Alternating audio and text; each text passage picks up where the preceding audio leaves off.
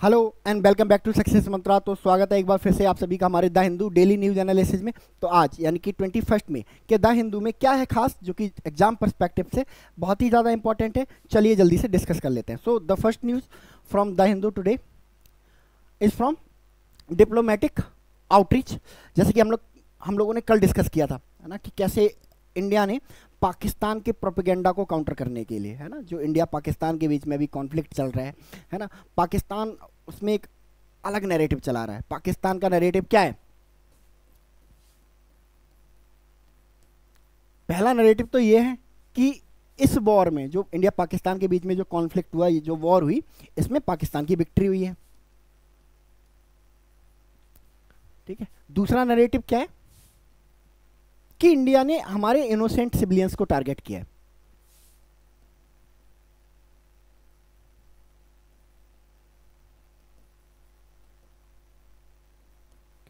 दो main propaganda चला रहे हैं, है ना।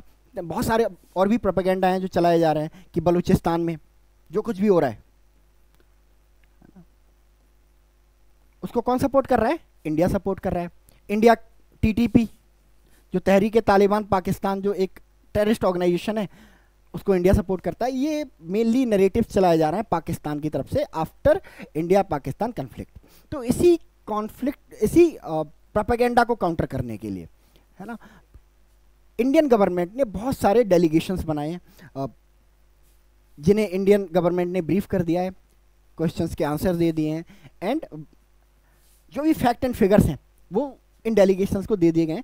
अब ये डेलीगेशंस पूरे दुनिया में जाएंगे, डिफरेंट डिफरेंट कोनों में जाएंगे और वहाँ लोगों को समझाएंगे कि पाकिस्तान कैसे टेररिज्म को सपोर्ट करता है ना, ना सिर्फ टेररिज्म को सपोर्ट करता है बल्कि एक फेक प्रोपेगेंडा भी चला रहा है ना, कि हमारी जीत हुई है, हमारे इनोसेंट सिविलियंस को मारा गया है, हमारे जो रिहायशी इलाके हैं, है ना, एरियाज हैं, उन पर बम गिराए गए हैं, हम, है ना, बलूचिस्तान को सपोर्ट कर रहा है इंडिया या फिर टीटीडी को सपोर्ट कर रहा है। ये सारे जो काउंटर नरेटिव हैं, जो नरेटिव्स हैं पाकिस्तान के, पाकिस्तान की गवर्नमेंट के, पाकिस्तान की आर्मी के, इनको काउंटर करने का काम करेगा आपका डेलीगेशन।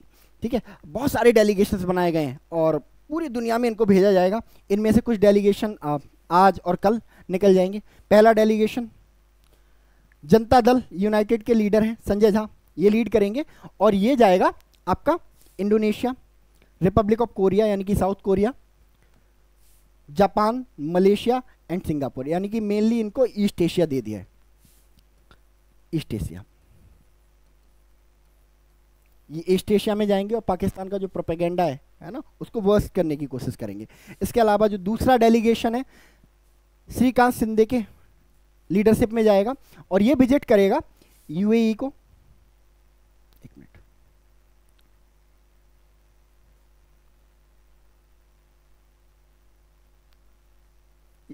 यूएई को, लाइबेरिया को, डेमोक्रेटिक रिपब्लिक ऑफ कॉन्गो को एंड सियरा लियोन को। थर्ड डेलीगेशन जो कल जाएगा, इसको लीड करेंगी डीएम के लीडर कनिमोची। ठीक है। और ये डेलीगेशन जाएगा Russia, Spain, Greece, Slovenia and Latvia, यानी कि मेनली यूरोप के कंट्रीज में। ठीक है। और ये मेनली जाएगा West Asia, Middle East and Africa.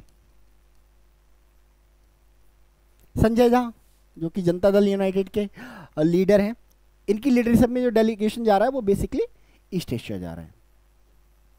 ठीक है। तो ऐसे ही और डेलीगेशन भी आने वाले दिनों में रवाना होंगे दुनिया के डिफरेंट डिफरेंट कोनों में। अभी नॉर्थ अमेरिका में भी भेजे जाएंगे, साउथ अमेरिका में भी भेजे जाएंगे, बिकॉज देखो ये जो प्रोपेगेंडा वॉर है ना, इसका मतलब अब ये नहीं है, इसको काउंटर करने का मतलब ये नहीं है कि इंडिया दुनिया को ये दिखाना चाह रहा है कि नहीं नहीं पाकिस्तान झूठ बोल रहा है, हम जीते हैं, है ना। इसके बहुत सारे एस्पेक्ट होते हैं, है ना। देखो पहला एस्पेक्ट, अगर पाकिस्तान इस बात को जस्टिफाई करने में, लोगों तक पहुंचाने में सक्सेसफुल हो जाता है कि विक्ट्री उसकी हुई है ना, तो इसका मतलब क्या है?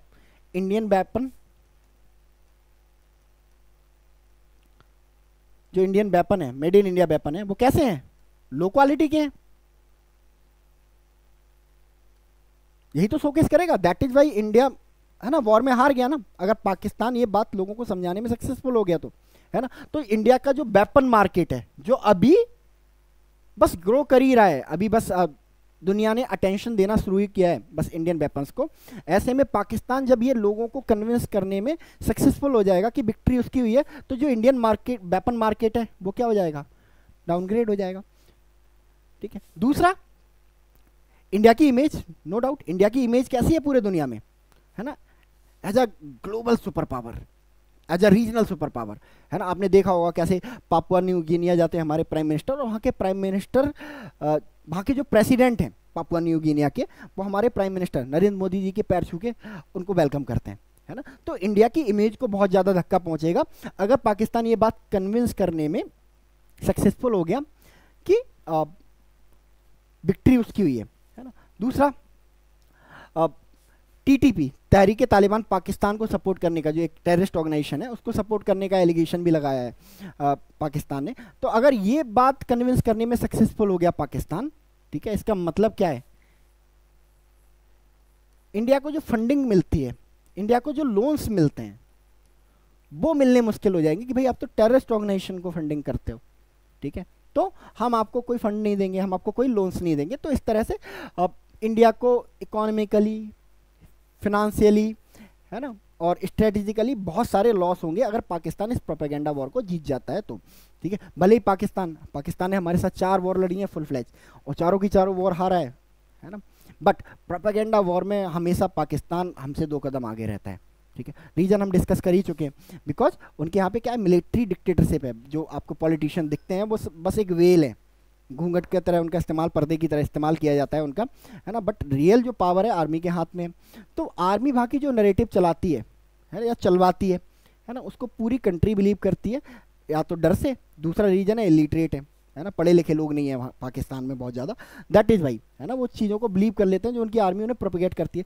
जब ये लोग इसको काउंटर नहीं करते हैं तो ये पूरी दुनिया में फैल जाता है।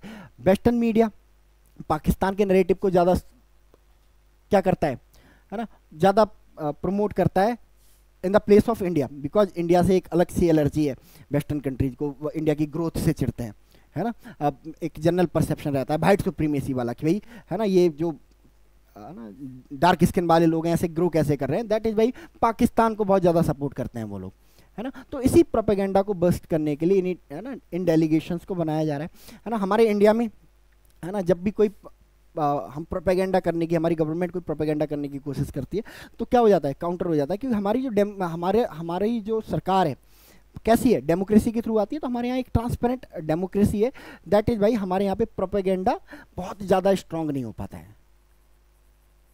ठीक है। तो आई होप ये जो हमारे डेलीगेशंस भेजे जा रहे हैं ये पाकिस्तान के नैरेटिव को काउंटर करने में सक्सेसफुल होंगे। बाकी देखते हैं आगे क्या होता है। चलिए नेक्स्ट न्यूज की तरफ मूव करते हैं।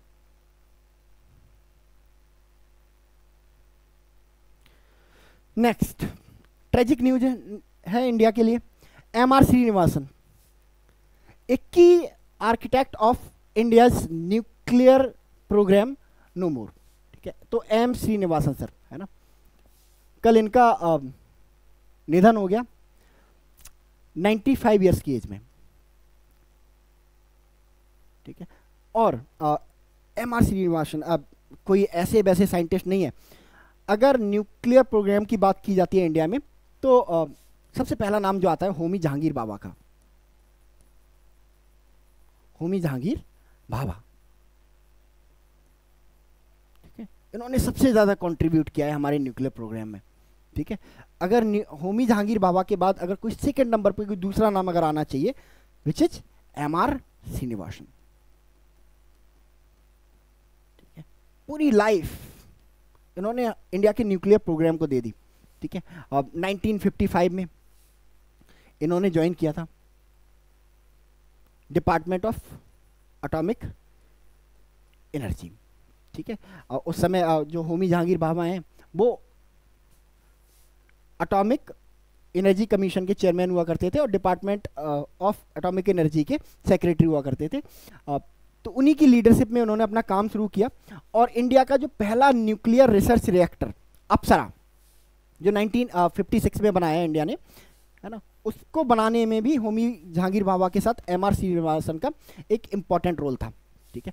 Doctor Srinivasan joined the Department of Atomic Energy in September 1955 and began his distinguished career working alongside Dr. Homi Jahangir Bhabha on the construction of India's first nuclear research reactor Apsara in August 1956। ठीक है। इसके बाद अब इनकी journey यहीं ख़त्म नहीं होती, यहाँ से जर्नी स्टार्ट होती है। उसके बाद 1959 में इन्हें प्रिंसिपल प्रोजेक्ट इंजीनियर अपॉइंट कर दिया जाता है for the construction of India's first atomic power station, Tarapur जो महाराष्ट्र में बन रहा था, है ना। उसके बाद 1974 में he become director of the power project engineering division DAE and in 1984 chairman of nuclear power board. ठीक है। 1987 में he was appointed chairman of atomic energy commission, 1987 में। ठीक है। ये बन जाते हैं चेयरमैन एटॉमिक एनर्जी कमीशन के। और जो पर्सन एटॉमिक एनर्जी कमीशन का चेयरमैन बनता है वो ऑटोमेटिकली क्या बन जाता है, सेक्रेटरी बन जाता है डिपार्टमेंट ऑफ एटॉमिक एनर्जी का। ठीक है। और इन्हीं की लीडरशिप में क्या बनाया गया था, nuclear power corporation of India, जो आज हमारे इंडिया में न्यूक्लियर पावर को कंट्रोल करने का काम करता है ना। मेन एजेंसी है, डिस्ट्रीब्यूशन न्यूक्लियर पावर को डिस्ट्रीब्यूट करने का काम करती है। इसके भी फाउंडर चेयरमैन आपके MR श्रीनिवासन ही थे। इनकी अचीवमेंट को देखते हुए सरकार ने इन्हें 2015 में पद्म विभूषण भी दिया, 2015। ठीक है। तो इस तरह से इन्होंने एक, है ना, वास्ट रोल प्ले किया इंडिया के न्यूक्लियर प्रोग्राम में। दैट इज वाई जो हमारे प्राइम मिनिस्टर हैं नरेंद्र मोदी जी, उन्होंने इनकी डेथ पे, है ना, डिमाइस पे एक पोस्ट किया एक्स पे, India will always be grateful to him for advancing scientific progress and mentoring many young scientist. Prime minister Narendra Modi wrote on social media platform X. ठीक है। तो MR श्रीनिवासन याद रखेंगे इनको। चलिए नेक्स्ट, चलते चलते एटॉमिक एनर्जी कमीशन के बारे में जान लेते हैं। क्या है ये atomic energy commission? Atomic energy commission, है ना, एक गवर्निंग बॉडी है। It is the governing body of department of atomic energy, DAE की। ठीक है। कब सेटअप किया गया था इसको? 1948 में सेटअप किया गया था, सेटअप इन 1948। हेडक्वार्टर इसका कहाँ पे है? मुंबई, महाराष्ट्र में आपको हेडक्वार्टर देखने को मिलेगा। होमी जहांगीर बाबा इसके पहले चेयरमैन थे। Homi Jehangir Bhabha was the first chairman of Atomic Energy Commission. He served from 1948 to 1966. Present में कौन है? Doctor Ajit Kumar Mohanty is the chairman of Atomic Energy Commission and secretary of Department of Atomic Energy. ठीक है। चलिए नेक्स्ट न्यूज।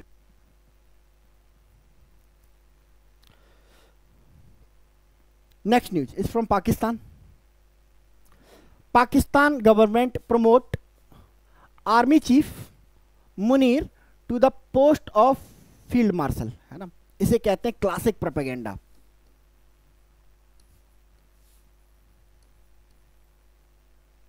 ठीक है। Height of propaganda, दुनिया joker समझे भले ही, है ना, लेकिन अपनी बात को इतने कन्विंसिंगली कह देना है ना, अपनी बात को इतने, है ना, कन्विक्शन के साथ कह देना है ना, कि वो सच लगने लगे, है ना।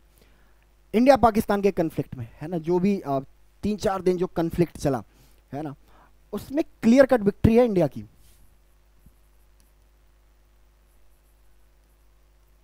ठीक है। क्यों है ये विक्ट्री, है ना? क्योंकि पहली बार 1970 बन के बाद इंडिया ने डायरेक्टली हिट किया पाकिस्तान को उसके अंदर। ठीक है। और ऐसी वैसी जगहों पर नहीं, इनकी जो आर्मी इंस्टॉलेशंस हैं,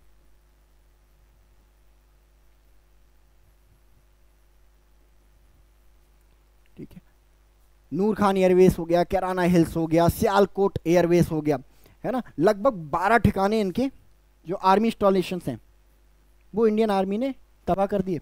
इसके अलावा ऑपरेशन सिंदूर के तहत 9 प्लेसेस हैं जहां पे टेरर कैंप थे, उनको सक्सेसफुली इंडिया ने क्या कर दिया, खत्म कर दिया, तबाह कर दिया। उसके बाद भी ये लोग विक्ट्री क्लेम कर रहे हैं और इस विक्ट्री को टेस्टिफाई करने के लिए तरह तरह की हरकतें कर रहे हैं ये, है ना। सोशल वीडियो गेम की जो फुटेज है वो लगा रहे हैं कि देखो हमने फाइटर जेट गिरा दिया, and this is the height. इन्होंने अपने आर्मी जनरल को, है ना, प्रमोट कर दिया to the rank of field marshal. Field marshal के बारे में डिस्कस करेंगे हम लोग। फील्ड मार्शल कोई ऐसी सिंपल रैंक नहीं होती है, जनरल से ऊपर भी होता है ना। ये इंडियन आर्मी के जनरल से ऊपर की रैंक होती है। हमारे इंडिया में तो आज तक है ना सिर्फ 2 ही लोगों को दी गई है, वो भी रिटायर होने के बाद, है ना। किसी ऐसे वैसे को नहीं दे दी गई है ना। ऐसे क्राइटेरिया पे दी गई है ना। आगे हम लोग डिस्कस करेंगे। और इन्होंने अपने जनरल को क्या दे दिया, फील्ड मार्शल बना दिया। आसिम मुनीर है ना has become the second field marshal of Pakistan. Second.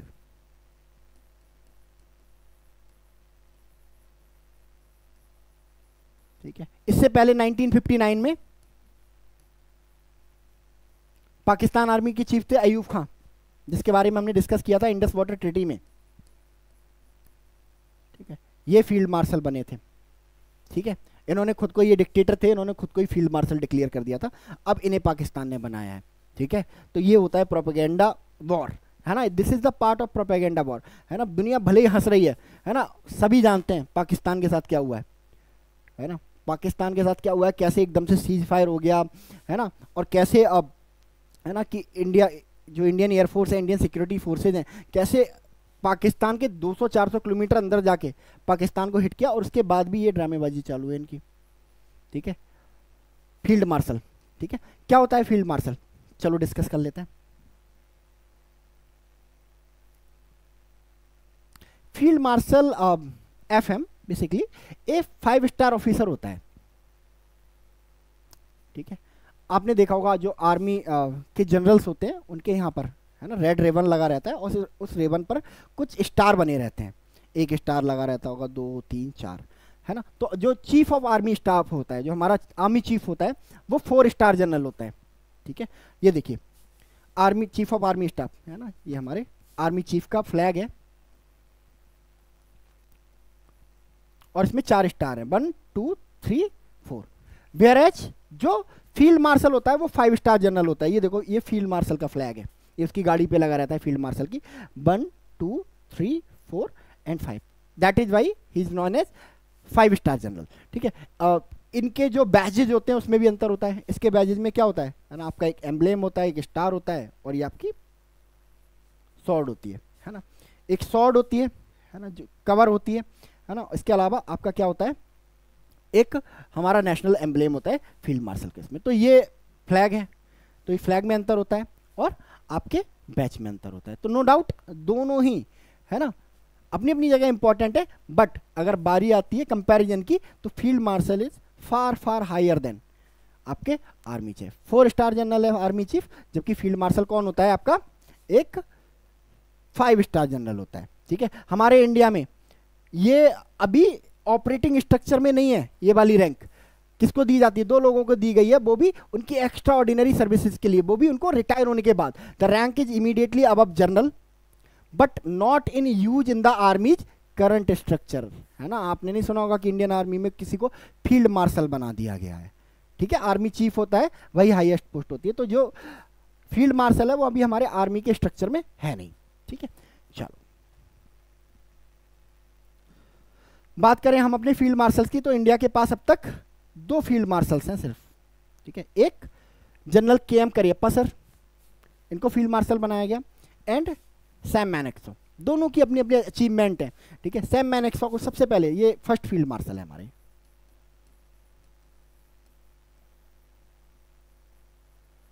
First field marshal है, 1973 में इनको बनाया गया। और किसके लिए बनाया गया, ऐसे किस अचीवमेंट के लिए, है ना। बिकॉज 1971 में पार्टिसिपेट किया था, ये चीफ ऑफ आर्मी स्टाफ थे, और न सिर्फ पार्टिसिपेट किया, सक्सेसफुली पार्टिसिपेट किया, है ना। उस वॉर में हमने पाकिस्तान को 2 पार्ट में डिवाइड कर दिया, है ना।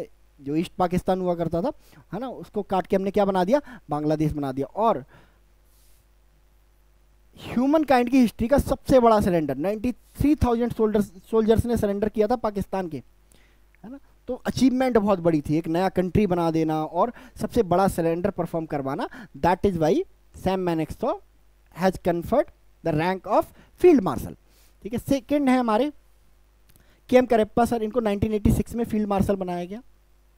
ठीक है, हालांकि ये सीनियर थे, सैम मैनेक्सो से, लेकिन इन्हें बाद में बनाया गया। और इनकी अचीवमेंट क्या थी कि ये इंडियन आर्मी के पहले इंडियन, है ना, कमांडर इन चीफ थे, है ना, पहला इंडियन जो इंडियन आर्मी का कमांडर इन चीफ बना। पहले कमांडर इन चीफ बोला जाता था, जिसे आप आज आर्मी चीफ बोलते हो, ठीक है। तो इन दो लोगों को दिया गया है, ठीक है। चलिए नेक्स्ट।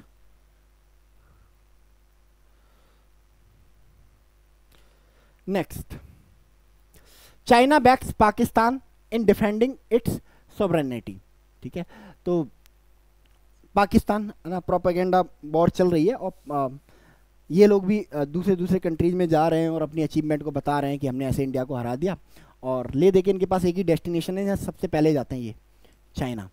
पहले भी यूएसए हुआ करता था, अब ये लोग चाइना जाते हैं। तो जो पाकिस्तान के जो फॉरेन मिनिस्टर हैं, ठीक है, इसाक डार, ये पहुंचे आपके बीजिंग,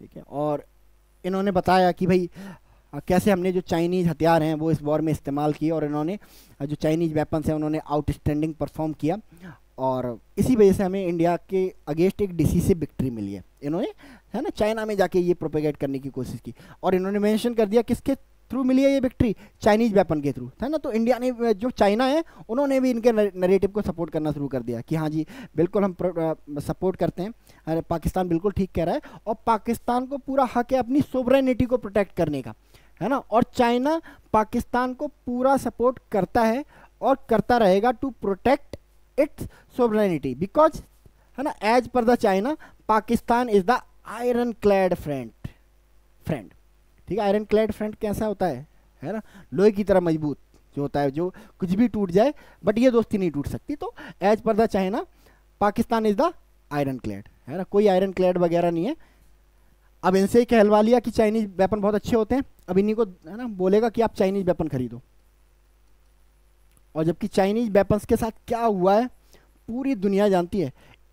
जितने भी डिफेंस सिस्टम इन्होंने खरीदे थे पाकिस्तान ने, HQ9 चाइना से ही परचेज किया था, और बहुत ज़्यादा क्वांटिटी में परचेज किया था, है ना। पूरा का पूरा पाकिस्तान का जो सिक्योरिटी सिस्टम था बेस था HQ9 पे, और हमने इनके सारे HQ9 क्या कर दिए, डिस्ट्रॉय कर दिए, और पूरा पाकिस्तान हमने क्या कर दिया, डिफेंस लेस कर दिया।